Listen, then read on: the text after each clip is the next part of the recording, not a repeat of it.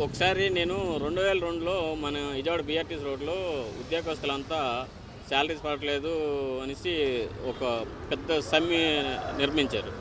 So అప్పుడు నేను చూసింది ఏంటంటే ఆ రోజు ఉద్యోగస్తులు వైసీపీ ప్రభుత్వం మీద ఇంత వ్యతిరేకం వచ్చిందా అనే ఆలోచన అప్పుడే నాకు అర్థమైంది.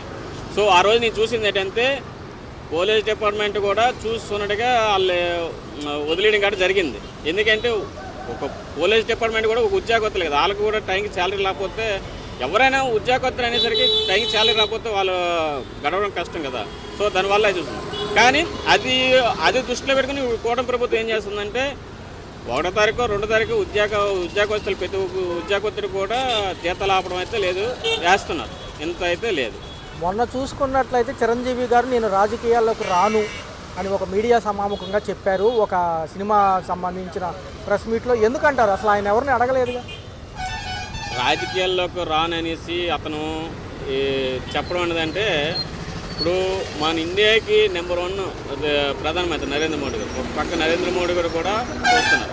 మన లేటెస్ట్గా మన తెలంగాణ సీఎం రేవంత్ రెడ్డి గారు కూడా ఒక పార్కు ఈవెంట్కి తీసుకెళ్లారు. సో ఇలాగేంటంటే ఇప్పుడు చిరంజీవి గారిని రాజకీయాల దృష్టిలోనే తీసుకెళ్ళట్లేదండి. ఆయన ఒక 40 సంవత్సరాల్లో ఒక సినీ ఇండస్ట్రీలో నెంబర్ 1 స్టార్, ఆయన ఒక నెంబర్ 1 స్థానాల్లో ఉన్నాడు. ఆయన ఈరోజు ముఖ్యమంత్రులు ఉండొచ్చు, మారిపోవచ్చు, లేకపోతే మంత్రులు ఉండొచ్చు, మారిపోవచ్చు. కానీ మెగాస్టార్ అనే స్థానం అనేది ఎప్పుడు అలాగే ఉంటుందండి.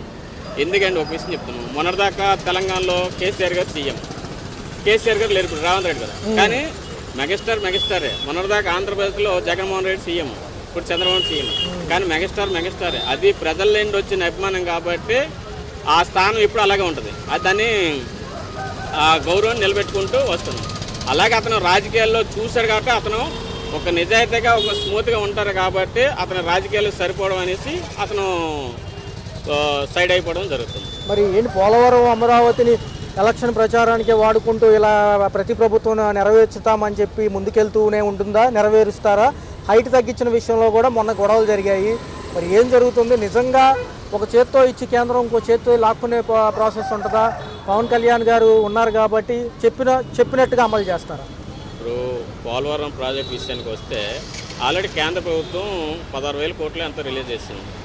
అమరావతి డెవలప్మెంట్ కూడా కేంద్రం ఒక నిధులు అనేది విడుదల చేసింది. ఆల్రెడీ అమరావతికి మెట్రో ట్రైన్ మార్గం కూడా రిలీజ్ చేసింది. సో ఇదంతా ఏంటంటే ఓన్లీ బీజేపీ ప్రభుత్వం, జనసేన, టీడీపీ కూటమి ప్రభుత్వం ఉండడం వల్ల ఆంధ్రప్రదేశ్కి ఒక నిధులన్నీ వస్తాయి. దీనికి ఈ నిధులు రావడానికి కారణం